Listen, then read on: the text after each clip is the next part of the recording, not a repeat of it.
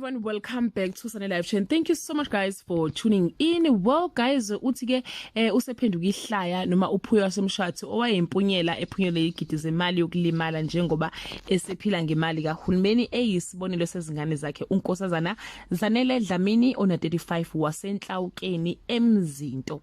Unkosazana Dlamini uthi unezingane ezu4 ubaziwa ke njengenkinsela yasemgungundlovu ngakubo njengoba aphunyelwa isamba sezimali u2.9 million rand waka road accident fund emva kokuthi wayilimale engozini ngo2016 ngixweni abe naye khethekile nelanga ulitshela ukuthi usephenduka ihlaya endaweni yangakubo njengoba esebizwa ngumamiliyoni ekubeni engasenalo ngisho isenti kuyimanje ukuthi cha bandla uyacela kulanto ekade basiza ukuthi bambuyisele izimali zakhe. Ilanga lifike kubo engekho lamlinda waze wafika ubese balandisa ke ukuthi kwakusukele iphi kwenzekeni ngempilo yakhe. Lolu daba ke guys kade lusakazwe lapha yana ke stations kamabona kude uMzansi Magic channel 161 uhlelo oluthi I blew it ngeledlule.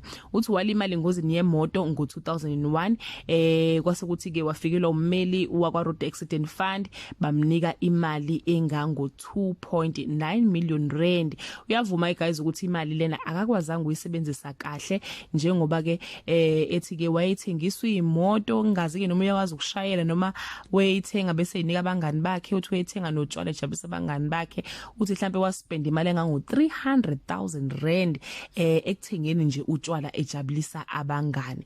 Uthi ke wayesenza umshado noma usuku lokushadisa abazali bakhe eyamkhosta imali engango 400,000 rand okuyimali eningi kakhulu bakithi uma ngabe wenza usuku lokushadisa abazali ngoba phela ukulobola kufanele mhlambe kube ukuthi mhlambe u20,000 bese kuyashadiswa angazi ukuthi wezafika ku400,000 rand kwase kwenze njani. Uthi akagcinanga ke lapho wabe naye ke esezishadisa noma sethola ubhuti wazi ikhokhela amalobolo wazishadisa ngoba wayesaba ukuthi ke sekunabantu babemzingela befuna le mali ayekade eyitholile so wayesethola indoda ke wazishadisa wagana. Uthi kulo mshado wakhe nakhona waspenda imali engango 500,000 rand. Uthi ke uyayisola ke nangalo mshado ngoba ke wagcina sehlukumezeka kuleyo relationship yakhe naleyo ndoda.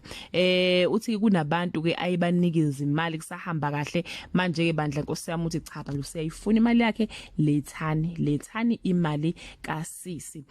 Uthi abantu sebeyambhuqa ke bambiza ngomamiliyoni ekubeni engasenalo ngisho isenti. Uyayisola kakhulu indlela bese phuza ngayo utshwala uthi bengasakwazi nokulala engaphuzile. Udlulisise luleke kunomubani ke ongaba nenhlanhla yokuthola isamba esikhulu semali.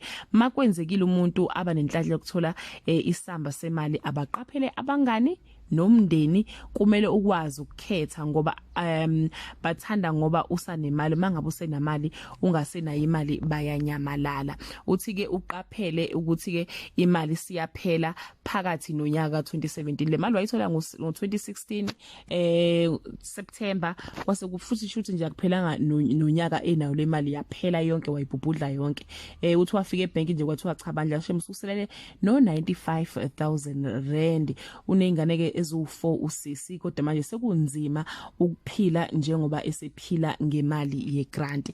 Zibhlungu ke bakithi lezi indaba zalo dadewethu angazi ke ukuthi le mali ineshobolo noma inani kodwa nje abantu abaningi abayitholayo iveli ibhudleke nje bayibone ingasekho. Angazi abanye abantu bathi imali ongayisebenzanga iphela kalula asazi ke bakithi kodwa nje Nkosi yami makukhona mhlawumbe usizo ningaba nalo mhlambe noma iziluleke ningamnika zona zimsize usisi ninga comment la ngenzansi bese namtshela ukuthi yini angayenza kulesikhathi asebhekene naso. That's all I have for today. Do leave your comment below and share your opinion.